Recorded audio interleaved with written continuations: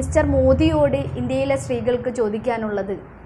എന്തുകൊണ്ടാണ് തദ്ദേശ സ്വയംഭരണ തെരഞ്ഞെടുപ്പിൽ സ്ത്രീകൾക്ക് സംവരണം ഏർപ്പെടുത്തിയ മുറയ്ക്ക് സമാന രീതിയിലുള്ള സംവരണം നടപ്പിലാക്കാത്തത്?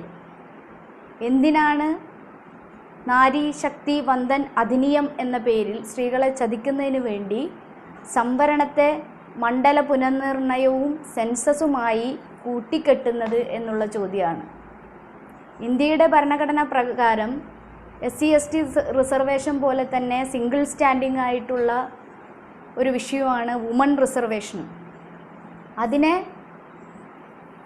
ഡീലിമിറ്റേഷനും സെൻസസുമായി കൂട്ടിക്കെട്ടുന്നത് അത് നടപ്പിലാക്കാതിരിക്കാനുള്ള, അതിനു പിന്നിൽ രാഷ്ട്രീയ ലക്ഷ്യം നേടാനുമുള്ള അജണ്ടയോടെയാണ് എന്ന് തിരിച്ചറിയാനുള്ള ബോധം ഇന്ത്യയിലെ സ്ത്രീകൾക്കുണ്ട്.